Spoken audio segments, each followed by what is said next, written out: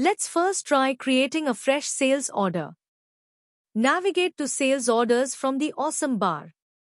Here, we can see all existing sales orders and create a new one by going to Add Sales Order.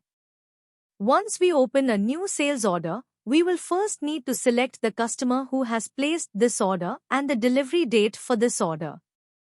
If the customer has shared a purchase order, we can add the purchase order details here. We can see that the default customer's address and contact details are fetched, and we can edit them further if required. We'll then need to choose the applicable price list and the correct currency for this sales order. The system, by default, fetches the standard selling price list. It fetches the currency based on the customer list.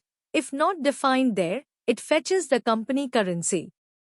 We can select the warehouse from which the order can be fulfilled in the Set Source Warehouse field. Now let's come to item selection in an order.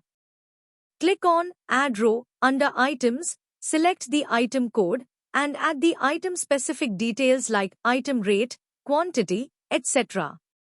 If we have specific item delivery dates, we can add those to the items table. This date will override the general delivery date set above. We can also set a delivery date for an item after referring to the actual and projected quantity of an item. This information is visible right in the warehouse field and helps you in committing the right delivery date to your customer. When it comes to fetching items in the transactions, we can also use the barcode field to fetch items quickly. Tax will be applied automatically. Insert discount percentage in Additional Discount. Go to the Terms section and select the payment terms. Then save and submit your sales order.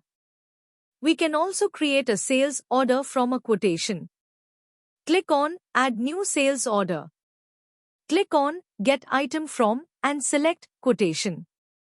The system will show all the quotations.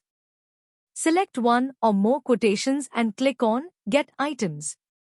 All the details will be fetched automatically from the quotation. Click on Save and Submit.